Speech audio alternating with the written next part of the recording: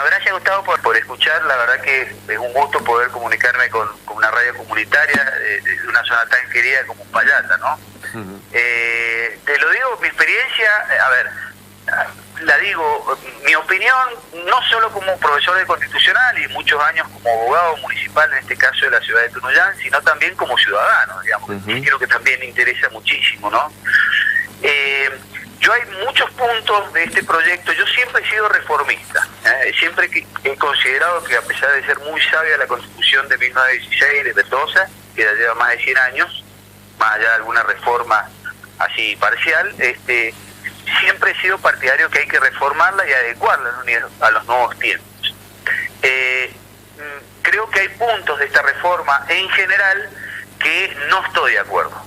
Quizás no es el tema de hoy de tu pregunta, porque vos apuntás a la autonomía municipal, que ya me referiré, pero sí es cierto que por ahí, en primer lugar, la coyuntura para discutir un tema tan importante me parece que hoy se ve un poquito desdibujada, porque si vas a hacer una reforma constitucional para una norma que nos va a regir el destino de los mendocinos durante, esperemos, 100 años más, como fue la anterior, me parece que requiere un debate, una participación social, una participación académica, profesional, bueno, de todos los ámbitos que te puedas imaginar, para discutirla y rediscutirla en el ámbito natural que es la legislatura, citando a todos los actores. Y hoy, por esta situación desgraciada de pandemia, no lo podemos hacer, por más que haya medios virtuales para hacer, que no es lo mismo. Entonces, por ahí, la oportunidad, no sé si es la mejor. Ahora, en cuanto al contenido de la reforma, bueno, hay muchos puntos, reitero, no es el tema de la nota, pero bueno, hay muchos temas que no estoy de acuerdo. Creo que Mendoza tiene que seguir manteniendo el sistema bicameral. Bien. Creo que me da muchísimo más garantías desde el punto de vista constitucional y de control, y evitar esto que en el periodismo se llama las escribanías de gobierno, digamos, a las legislaturas, porque me parece que el sistema unicameral no da, más allá de que se busquen algunas alternativas, pero de la doble votación, bueno, hay varias alternativas que indicarían que podría haber un mayor análisis en cada uno de los proyectos de ley, pero para mí la garantía, siendo muy sintético, me lo da el sistema bicameral, que eso sí cambiaría el sistema de representación, nada más. Es decir, hoy diputados y senadores en Mendoza representan al pueblo de Mendoza, y no como es en la Nación, por ejemplo, que diputados representan al pueblo de la Nación y senadores a las provincias en un número fijo, 3 senadores por provincia, o sea, en grandes, chicas, de muchos habitantes o de pocos habitantes. Me parece que sí, eso hay que cambiar, donde senadores deberían de representar a los departamentos en forma, digamos, igualitaria. Pero bueno, son otras cuestiones. No me gusta el sistema de balotaje. Hay varios temas que podemos discutir. Las acciones de inconstitucionalidad, no veo razón por qué tengan que tratarse, digamos, en pleno en la Corte y no por sistema de salas, pero no quiero entrar en otros temas más allá de lo que vos preguntaste. Sí hay algo que estoy totalmente de acuerdo, que es el ayornamiento a la Constitución Nacional después de la reforma del 94, que es consagrar expresamente la autonomía municipal. Es cierto que hubieron varios fallos de nuestra Corte Provincial que hablan de autonomía, cada vez hay una mayor autonomía política, una autonomía administrativa, hasta incluso casi económica en muchos casos. Pero lo cierto es que hoy, coincidiendo con alguien que sabe mucho de esto, que es la doctora Gabriela Ábalos, ampliamente conocida, jueza y una brillante constitucionalista a nivel país, que vos la conocés, Gustavo. Gabriela, bueno, sostiene que la Constitución de Mendoza está en falta. ¿Por qué? Para explicarlo muy brevemente. En el año 94 se reforma la Constitución Nacional, tuvo un gran impacto, se cambiaron muchísimas cosas, entre ellas se consagró en el artículo 123 de la Constitución Nacional la autonomía municipal en todos sus aspectos, en el económico, en el administrativo, en el político y hasta en el institucional. Esto claramente, este aspecto institucional es muy importante porque es la posibilidad de cada una de los municipios poder dar sus propias constituciones y poder, digamos, manejarse en la vida pública con una gran autonomía. Bueno, muchas constituciones provinciales después del año 94 fueron reformando y acomodándose, digamos, a la Constitución Nacional. Una de las poquitísimas es la de Mendoza, que no se ha acomodado. Sigue su texto sabio del año 1916, pero que necesita una reforma en el tema municipal, porque si hoy lees nuestra Constitución provincial en lo que respecta a municipios, y si lees nuestra Ley 1079 de municipalidades, vas a ver que es una legislación muy vieja que no contempla, a mi juicio, todas las necesidades e instrumentos necesarios para consagrar la autonomía municipal que exige la Constitución Nacional.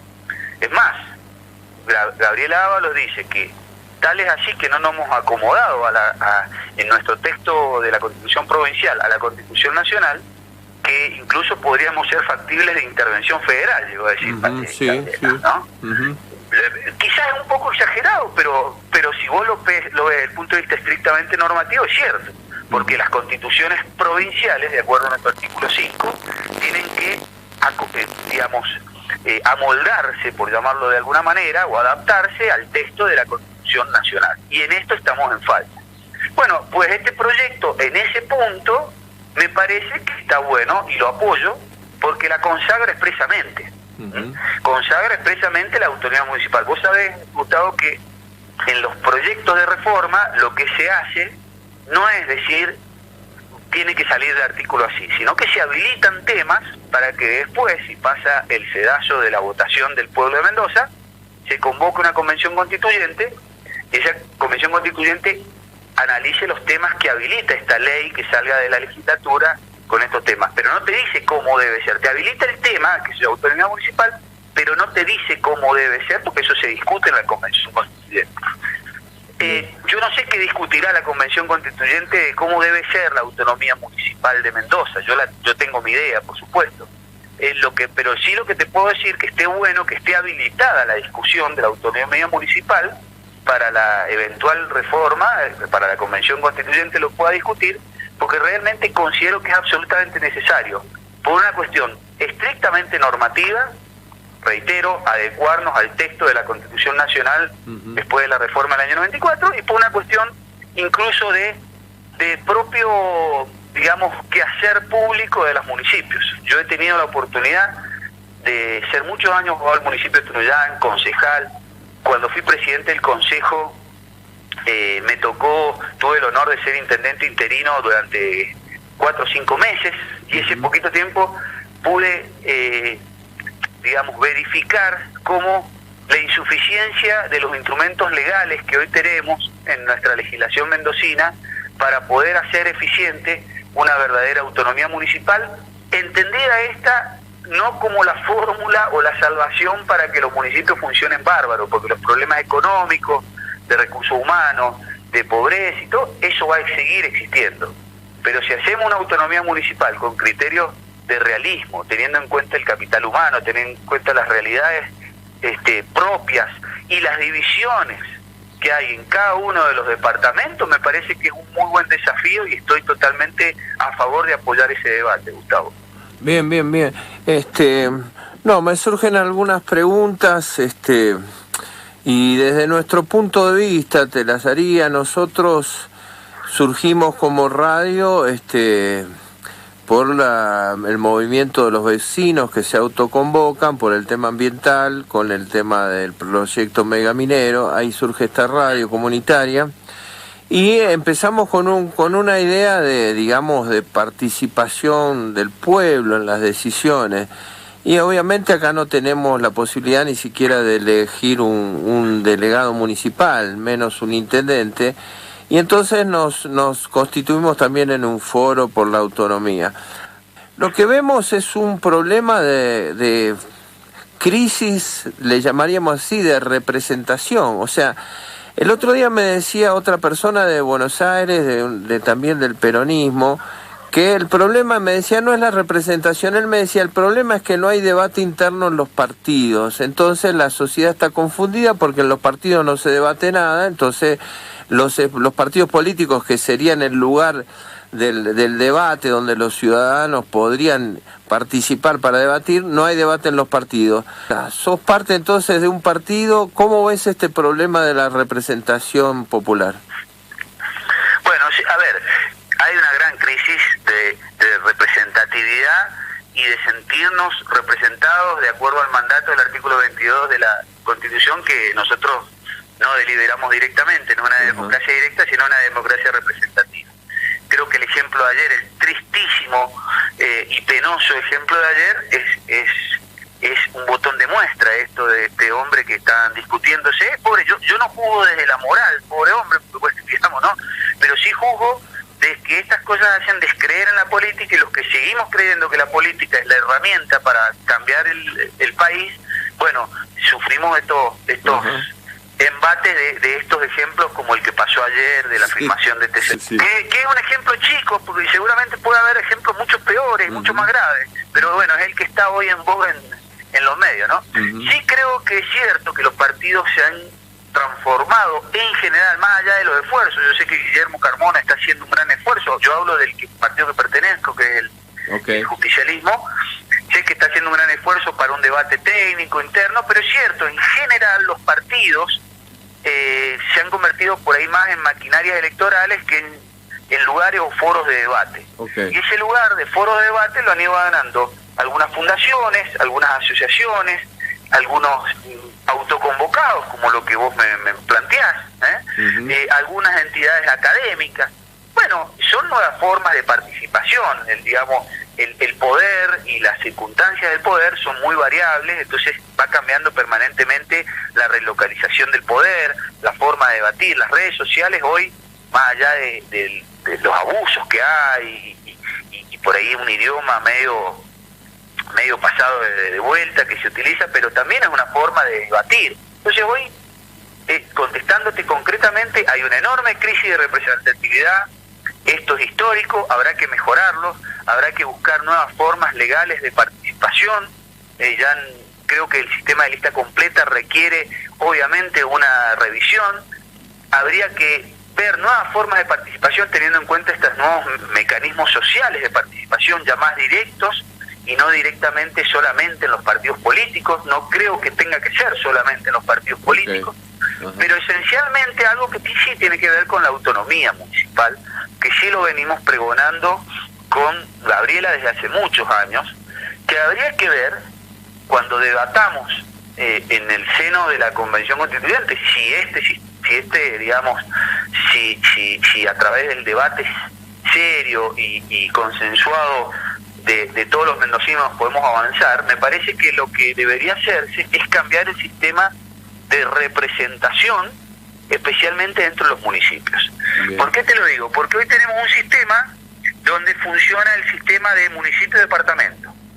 Entonces vos tenés una villa cabecera, donde está el intendente, el consejo deliberante, y tenés distribuidos en el ámbito departamental una serie de localidades que por sí mismas no tienen un poder propio, pero que sí podrían tenerlo por su nivel de desarrollo, por su cierta autonomía cultural y económica, por su cantidad de habitantes. Te voy a poner un ejemplo. Ustedes tienen la villa cabecera, Las Heras, digamos, bien, ¿cierto?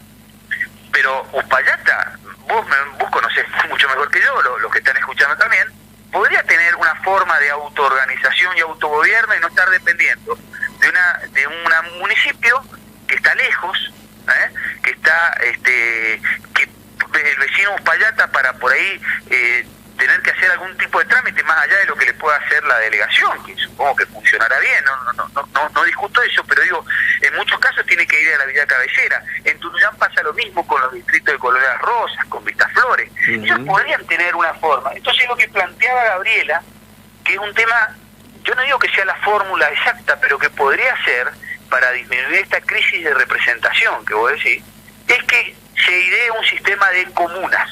Es decir, que exista el municipio, vamos a poner por ejemplo Tunuyán, pero que a su vez, que donde funciona el intendente, un consejo deliberante, pero a su vez, en cada una de las localidades que tengan un mínimo de habitantes, el que quiera ponerle 2.000, 3.000, eso hablaba un proyecto que daba vuelta por ahí, y que tenga cierta autonomía económica, tenga su propio autogobierno con una comisión de vecinos. Esto no implica, Gustavo, sumar mayor estructura burocrática, porque implicaría un grupo de vecinos que trabajen, esto implicaría en una reforma más general, donde, por ejemplo, el vecino de Vista Flores, que es un distrito muy importante de Tunuyán, pueda autogestionar y no dependa solamente de un delegado que viene o se lo pone el intendente desde la ciudad cabecera, que está ubicada a cierta cantidad de kilómetros. Entonces pierde el contacto por ahí, salvo la buena voluntad que pueda tener el correspondiente delegado, digamos, ¿no es cierto? Pero más allá de eso, no depender de la buena voluntad, sino depender de que el vecino de Uspallata o de Vistaflores, en este ejemplo, en el caso del departamento de Tunuyán, tengan que gestionar, dar la cara y ser votados por sus propios vecinos que viven al lado. Entonces que salga el vecino de Vistaflores y que el otro vecino que lo votó o que no lo votó le diga, che, ¿qué pasó con esto? Y no tener que estar atado a tener que, para hacer un trámite, para ir a gestionar una cosa, tener que ir a la municipalidad que está a una cantidad de kilómetros. Eso es descentralizar el poder. Eso es acercar el poder a la gente. Eso es quitarle poder a la figura de los intendentes, que más allá de que la gran mayoría de los que yo conozco, y conozco varios, trabajan seriamente y son buena gente, pero el sistema es el problema. Hoy tenemos que descentralizar el poder, tener el sistema no de municipio-departamento, sino el municipio-comuna, es decir, divididos en comunas, y que cada comuna, que reúna determinadas características, te reitero, una cierta cantidad de habitantes, una cierta autonomía económica y demás, pueda tener su propio autogobierno, siempre referenciándose en el gobierno municipal que está en la villa cabecera, pero cada uno gestionando sus temas para que se pueda gestionar el tema de la basura, para que se gestionar todos los servicios públicos, los cobros de cosas que tenga que hacer. Entonces el vecino va a tener mucho más cercanía con todo lo administrativo, con el poder, con quien elige, y no estar, reitero, teniendo que viajar permanentemente con toda la pérdida de tiempo y especialmente con la pérdida de desconfianza que muchas veces ocurre, y más allá que sea exitoso o no el intendente. Me parece que podemos, en definitiva, Gustavo, cortar con esta crisis de representación, ampliando el debate cada vez más en los grandes temas, no solamente en el ámbito de los partidos políticos, porque es cierto lo que vos decís, hoy muchos no cumplen esa tarea de debate, hoy es más que nada maquinaria electoral y lo que manda el jefe político, muchas veces ocurre así, especialmente en lo que es, en muchos casos, las conformaciones de lista, sea cual sea, y más allá de los ejemplos personales que yo conozco que hacen un gran esfuerzo, como es el caso de Guillermo. Ahora, y lo otro es esto, buscar digamos, mecanismos legales que mejoren la representación. Cómo elegimos a nuestros legisladores, cómo va a ser la base de representación de la Cámara de Senadores si es que sigue, es decir, será por base departamental o por base poblacional. Cómo dividimos en el marco de una futura reforma constitucional que consagremos la autonomía municipal. Podemos dividir a los municipios en comunas para que cada una de las comunas, reuniendo determinados caracteres, se pueda autogestionar sus propios intereses locales. Bueno, son formas que yo propongo desde la Academia del Derecho, por llamarlo así, pero también de la práctica, que van a permitir mejorar eso. Y un último punto, Gustavo, que sí es el que me preocupa mucho para que pueda mejorar la representación.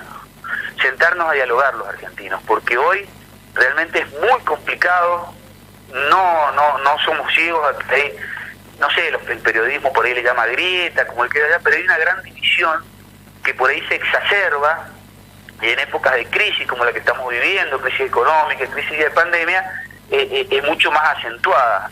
Tratar de calmarnos un poco, tratar de ver un destino común, no es fácil, y tratar de que funcione también el castigo legal para las que hacen mal las cosas, porque si no funciona el castigo legal para que lo que hacen mal las cosas, poca confianza puede tener el ciudadano en sus instituciones.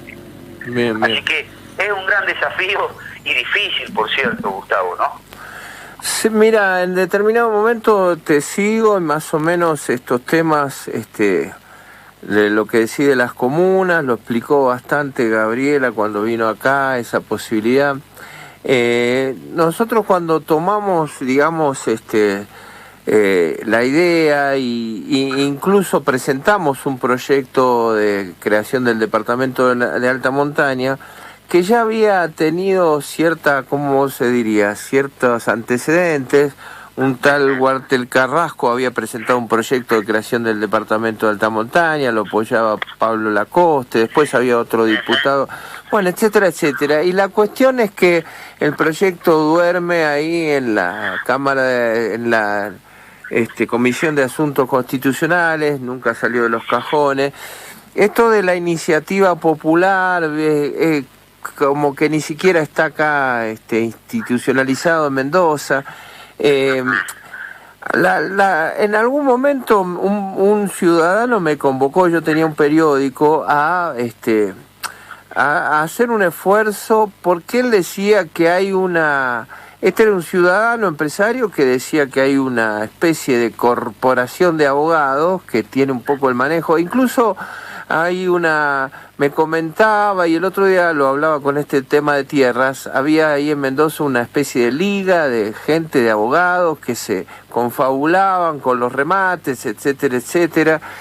Vos sabés que en algún momento yo empecé a investigar un poco y me decían distintas personas, no te metas con la justicia federal porque sos boleta, y después otro señor me decía, no se meta con la mafia porque con los abogados pues son una mafia, etcétera, etcétera. O sea, entonces, ¿por qué te digo todo eso? Porque conversando llegamos a la conclusión parecida a lo que encontré dentro de los pensadores del derecho.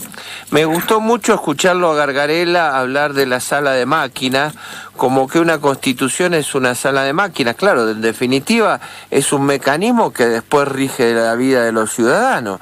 El Estado es casi omnipresente con sus leyes, aunque también hay una esquizofrenia entre lo que dicen las leyes de los derechos consagrados y la realidad, también hay que decirlo. Totalmente, ¿no? Es gran tema que se analiza en cualquier clase de derecho constitucional. El derecho constitucional, o mejor dicho, la constitución formal y la constitución material. Es decir, la constitución formal es lo que dice ese listado de derechos o ese listado de frenos que se le pone al poder, pero la constitución material es como se da en la realidad. Claro. Es decir, esos frenos o esos mandatos que se le da al poder desde la constitución y ese listado de derechos y garantías que tienen los ciudadanos se dan en la realidad. Bueno, ese desajuste entre la realidad y lo formal es todo un tema, lo acabas de marcar vos, ¿eh? Bien.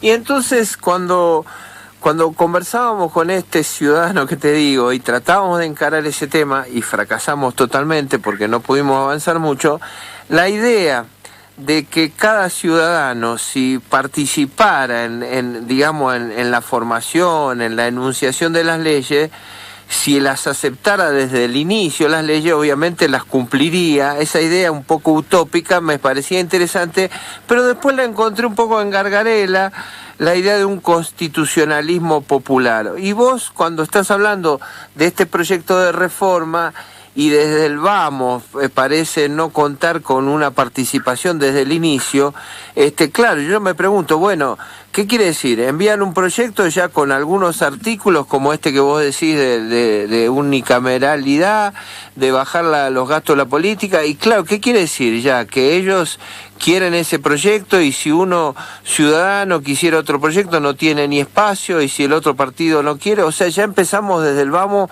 con pocos mecanismos de reflexión, de participación. ¿Coincidís? Bueno, a ver, yo a poner unas cosas en claro, siempre considero que la reforma constitucional, que es el acto institucional más importante, porque es el pacto que va a regir la convivencia de los mendocinos durante, se supone, muchísimos años, tiene que ser un acuerdo que no significa homogeneizar las opiniones, sino tratar de coordinarlas o convenir las opiniones, porque a lo mejor a mí no me gusta la unicameralidad y a lo mejor a vos sí, por decir un ejemplo. Uh-huh. Pero ¿qué quiero decir? Todo esto supone un enorme debate. Yo lo que recién me refería, Gustavo, es que por ahí la época, la coyuntura que estamos viviendo, muy brava a nivel político, económico, sanitario y demás, conspira contra el debate. Uh-huh. Fíjate vos que yo confío más allá de lo que de las picardías que puedan haber en los ámbitos políticos, confío que puede tener una vocación de diálogo el gobernador. Yo lo conozco desde lo personal y creo que es una persona de diálogo. Bien. Y creo que también la oposición, cualquiera sea el partido de oposición, no tiene que andar arreando este caballito de la me opongo, porque sabe que eso también le puede dar réditos en una comunidad tan conservadora como es Mendoza, que no es tan afecta a la reforma. Creo que tiene que haber una gran generosidad de los dos, de quien plantea la reforma desde el oficialismo, en aceptar que se puede dialogar, que se puede modificar, y desde la oposición a sentarse a dialogar y a modificar. Si no tenemos esta actitud, y bueno, es como vos decís, va a naufragar esto. Ahora, que esto tampoco, acá sí tomo lo de Gargarella, lo que decís vos, si esto solamente va a ser un acuerdo entre sectores políticos, donde digan, sí, me parece bien dejar esto, sacar lo otro y demás, y eso va condenado al fracaso. Claro. Porque si vos no haces un amplio despliegue, llamamos así, de citar a los actores pertinentes en cada uno de los temas, si no lo haces con una amplia convocatoria a la sociedad en sus distintos niveles y en sus distintos sectores geográficos, porque por ahí las necesidades del San Rafaelino son distintas a las del Lacerino, qué sé yo, y las realidades por ahí urbanas de Godoy Cruz son muy distintas a las realidades de San Carlos, que son esencialmente más rurales. Bueno, si vos lo tenés en cuenta y escuchás toda, o tratás de escuchar, porque es imposible escuchar a todos, pero tratás de escuchar a la mayor cantidad de opiniones posibles por sectores, por regiones, por edades, por intereses, y eso va directo al fracaso, porque si yo puedo ser desde el peronismo y vos suponete del oficialismo y sumamos un poco a la izquierda y sumamos un poco, qué sé yo, a Protectora y al Partido Norte, sí, bueno, esto es el paquete, quedó lindo, eso va a ir condenado al fracaso más allá de que obtenga las mayorías necesarias para seguir avanzando. Yo quiero una reforma que desde lo formal funcione, pero también desde lo real. Y lo real te lo da el haberla discutido. Muy bien. Yo no pretendo, Gustavo, que mi idea sí o sí de las comunas, por ejemplo, para los municipios, sea esa necesariamente. Pero sí pretendo que se me escucha y que cuando salga el proyecto definitivo, si no está contemplada, por lo menos me digan, miren, esta es la que consideramos mejor para un sistema de autonomía municipal. Entonces, eso es el diálogo, es escucharnos, es hacer participar, es sentir de parte. Claro, en esta etapa de pandemia y en esta etapa de crisis es muy difícil. Esto es lo que hablaba de la oportunidad. Más allá de que confíe en la vocación de diálogo que puede tener el gobernador. Bien. Pero si reitero y que quede claro y coincidiendo con vos, si no lo hacemos con una amplia participación popular, esto no camina. Claramente que no. Me quedan preguntas, pero quizá hoy lo importante y sería esta pregunta para mí hacerte, ya que el contexto está, digamos, vinculado a la pandemia, y recién me hablaba una docente de un proyecto también de modificar la ley educativa, la educación por el arte, y que convocan a los docentes por todo este sistema de participación telemática, vamos a llamarle así, y las complicaciones que hay, hasta para entrar en las páginas, una cosa. Vos sabés que acá a veces se hace algún foro de esto de Zoom y a veces se corta el servicio, ¿viste? Es una cosa muy... La conectividad es todo un tema, ¿no? Todo un tema, muy torturante. Entonces... recién tuve una charla con epidemiólogos, con Rosana Bruno, de Epidemiólogos por la Verdad, que cuestionan la cuarentena y cuestionan las vacunas, y entonces dicen que se han dirigido a los diputados, se han dirigido al presidente y no los han citado, y tienen, digamos, títulos como para que los tomen en cuenta en un debate como el de la cuarentena. Entonces ahí me parece que al final yo le quería también preguntar, porque sé que hubo foros, a Gabriela este tema. Ella me decía, bueno, pero vamos por tema. Pero te pregunto a vos, que sos profesor de Derecho Constitucional ahí, ¿cómo ves este estado de cuarentena? ¿Es legal? ¿Es un estado de sitio, como dicen algunos? ¿Te parece que sea útil debatir eso justamente para pensar los derechos, para pensar una constitución? partamos de la base. La primera parte de la pregunta es cómo veo yo este estado casi de excepción, de cuarentena y demás, y después te contesto si se puede en ese estado debatir del tema constitucional. Dale. Mirá, el primer punto, yo creo históricamente siempre han existido en los distintos países, en los distintos ordenamientos jurídicos, situaciones de emergencia. Situaciones de emergencia derivadas de guerra, de trastornos o accidentes climáticos naturales, de crisis económica, Argentina los ha conocido, de situaciones, en este caso de pandemia, y siempre ha tratado por ahí el derecho, no con toda la eficacia que puede, pero tratado de encontrar y desde el sector político alguna respuesta o algún remedio a estas situaciones de emergencia. Son los llamados institutos de emergencia. En realidad Argentina conoce el estado de sitio, que técnicamente no ha sido declarado. Esta es una situación de emergencia por la pandemia, donde, como ocurre en toda situación de emergencia, se exacerban los poderes del Estado y se disminuyen las garantías de los ciudadanos. Esto siempre ocurrió y así, pero a veces la situación o la circunstancia te lleva a que ocurra eso. De hecho, la enorme mayoría de todos los pronunciamientos judiciales, Gustavo, han sido ratificando esta situación y estos poderes de emergencia, y en mayor o menor medida los decretos de necesidad de urgencia han sido ratificados en el Congreso cuando toman estas medidas. Así que yo creo que sí, que son necesarias tomarle estas medidas. Esta es mi opinión. Yo sigo confiando en los informes científicos provinciales y nacionales, y está a la vista, más allá de cierta exageración o morbo en algunos medios, pero está a la vista que esto está en una situación muy brava. El sistema de salud está colapsado, los contagios avanzan, y me parece que es necesario tomar estas medidas de restricción, llámese documento, puedo esto que no le guste a algún oyente, pero sea el tema de los documentos, sea algunas restricciones a nivel nacional. Creo que sí hay que tomarlas y creo que están resguardadas legalmente. Ahora, tendremos que saber que tenemos que convivir con la pandemia, porque esto ha llegado, y en muchos casos, por lo menos hasta que no haya una cura, vamos a tener que seguir viviendo, y tendremos que contrapesar ese choque que hay entre poder y libertad. Es decir, entre las restricciones que hace el Estado, que a veces, es cierto, puede convenirle políticamente, con la libertad de los ciudadanos de poder abrir su negocio, de poder irse a comer a tal lugar o salir a pasear con la familia. Bueno, será un equilibrio que tendrán que buscar nuestros gobernantes. Yo no tengo la fórmula y creo que vamos a ir viendo de acuerdo a cómo se va desarrollando. Pero contestándote concretamente, sí, creo que hay que tomar medidas y las avalo, y creo que dentro de todo, desde el punto de vista constitucional, pasan su examen de razonabilidad.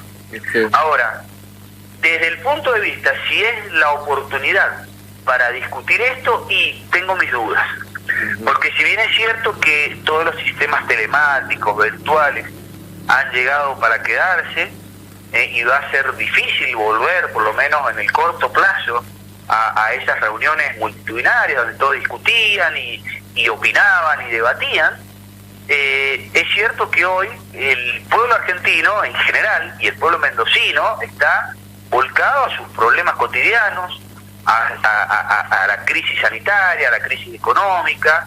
El debate, digamos, político hoy está un poco caldeado por distintos temas, y me parece que no se dan las condiciones, incluso por cuestiones hasta de conectividad, como vos bien marcabas, para que se pueda dar un debate eficiente como a mí me gustaría de la reforma constitucional.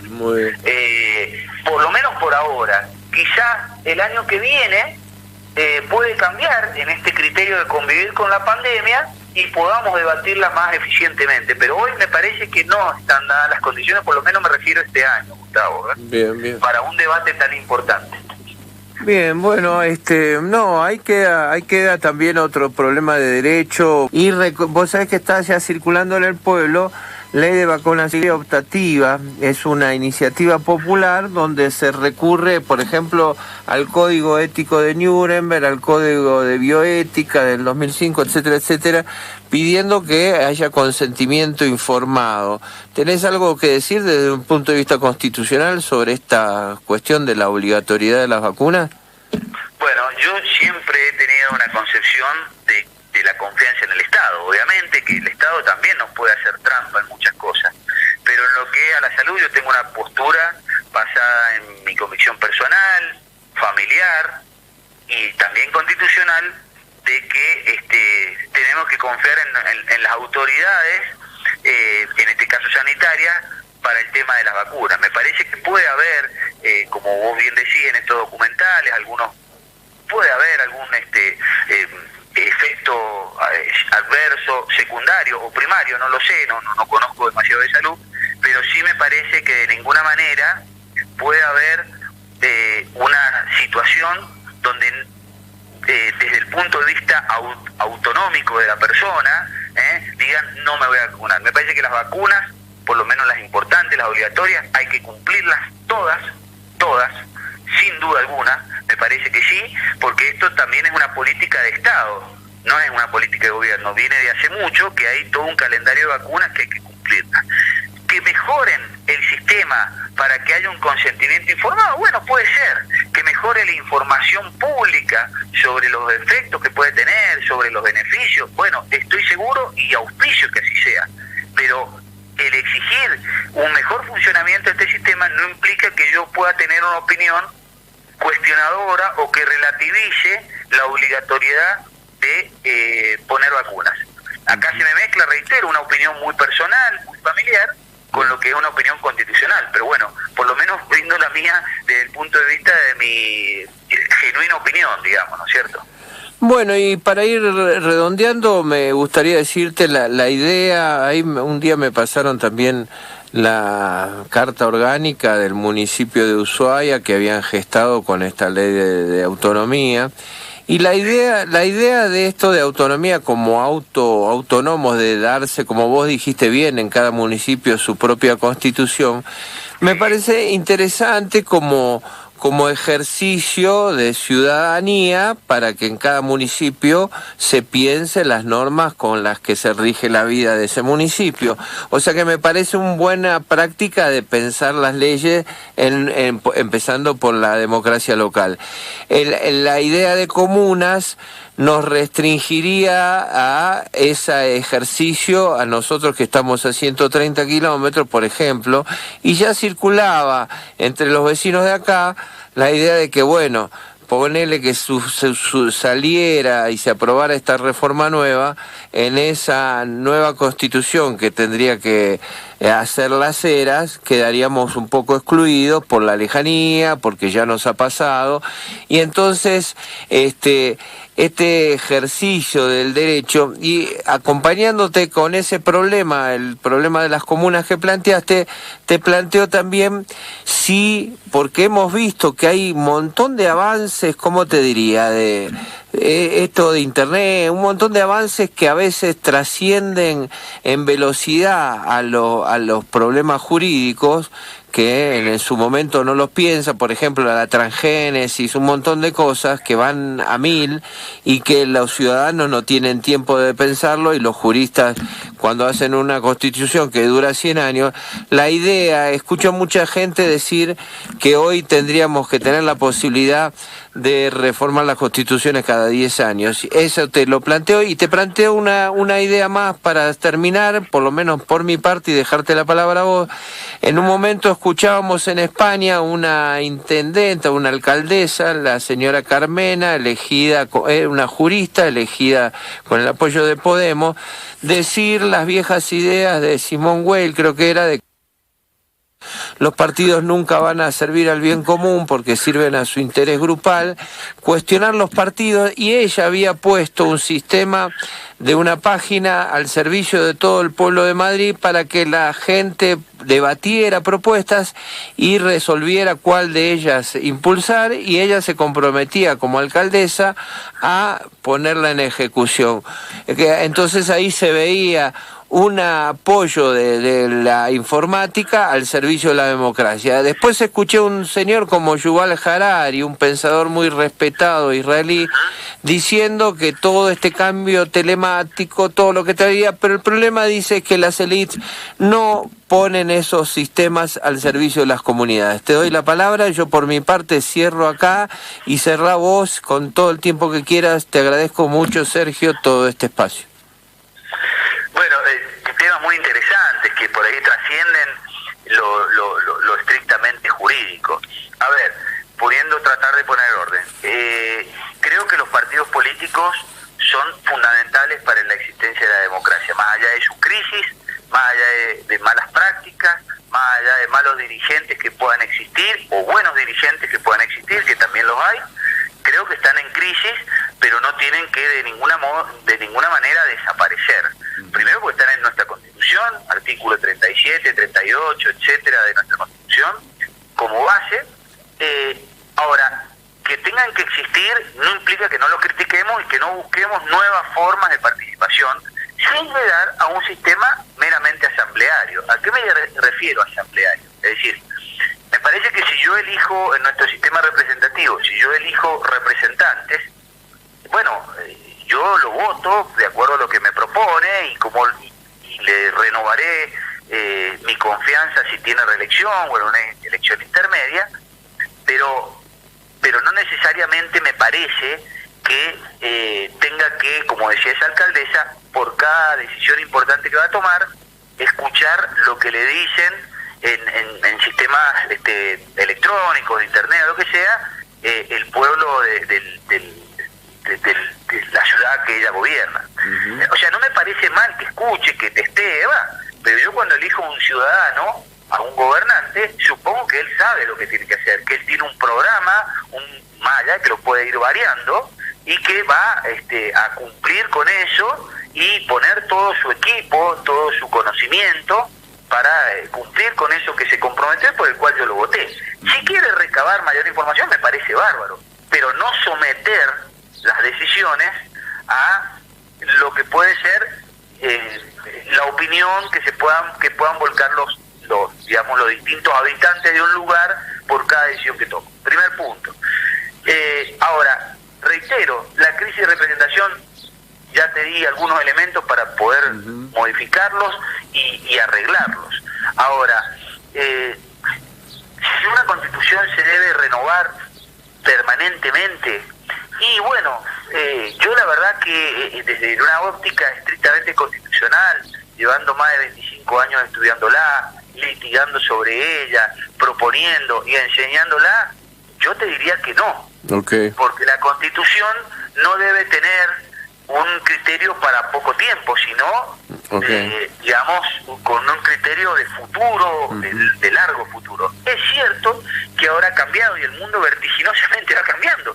Cambia, reitero, la alocación del poder, cambian las mayorías, los derechos que hasta hace 50 años ni existían, hoy son derechos sumamente fundamentales, llámese consumidores, llámese derechos ambientales, derechos de los pueblos originarios, hasta hace pocos años ni existían, el empoderamiento de la mujer, bienvenido sea, de las minorías, bueno, todas estas cosas que van cambiando, de alguna forma deben ser receptados, pero no necesariamente con una reforma permanente. Pueden haber mecanismos, como es el artículo 33 de nuestra Constitución Nacional, los llamados derechos implícitos, que dice, por ejemplo, que aunque no estén escritos algunos derechos, los mismos se consideran incorporados en tanto en cuanto sean derechos razonables que provengan del sistema republicano de gobierno, etcétera, etcétera. Podemos buscar mecanismos en la propia Constitución que vayan receptando estos propios cambios sin necesidad de ir reformándola a cada rato, lo que implica un gran desgaste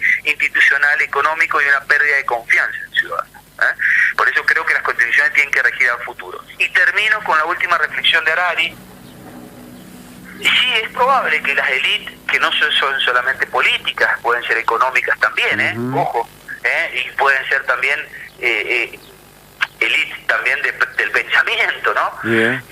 No quieran cambiar y que exista un poder más allá del poder institucional de cada Estado, que tenga influencia y que no quieran esos cambios, y sí puede ser. La historia lo indica que puede ser. Pero bueno, yo no soy un pensador político, no soy un teórico que conozca demasiado como para poder dar una opinión o una posible solución de esto. Yo sí lo que le puedo decir al ciudadano de a pie, al de Uspallata, que todos los días sale a laburar, que llega a su casa y está con el problema que ve en los medios, que la crisis, que la pandemia y que esto, que trate cada uno de hacer lo que debe hacer, y que tenga una conciencia de participación en tu radio, en querer que se crea, aunque sea erróneo, aunque no esté de acuerdo, pero si él cree que tiene que haber un departamento de alta montaña, que participe, que diga su voz, sea en forma telemática, en forma personal, en forma escrita. Es decir, participación, conciencia de lo que tenemos que hacer, y tratar de ser buenos ciudadanos. Me parece que eso es la mejor fortaleza para crear una conciencia colectiva que pueda ser no hábilmente manejada por los medios, por estas élites que vos decís, y que de última, la élite de alguna buena vez en un futuro, sin ser un ingenuo, puedan escuchar y no seguir decidiendo ellas como lo están haciendo en muchos casos hoy. Y bueno, quizás un deseo de esperanza, pero bueno, no lo voy a dejar de decir.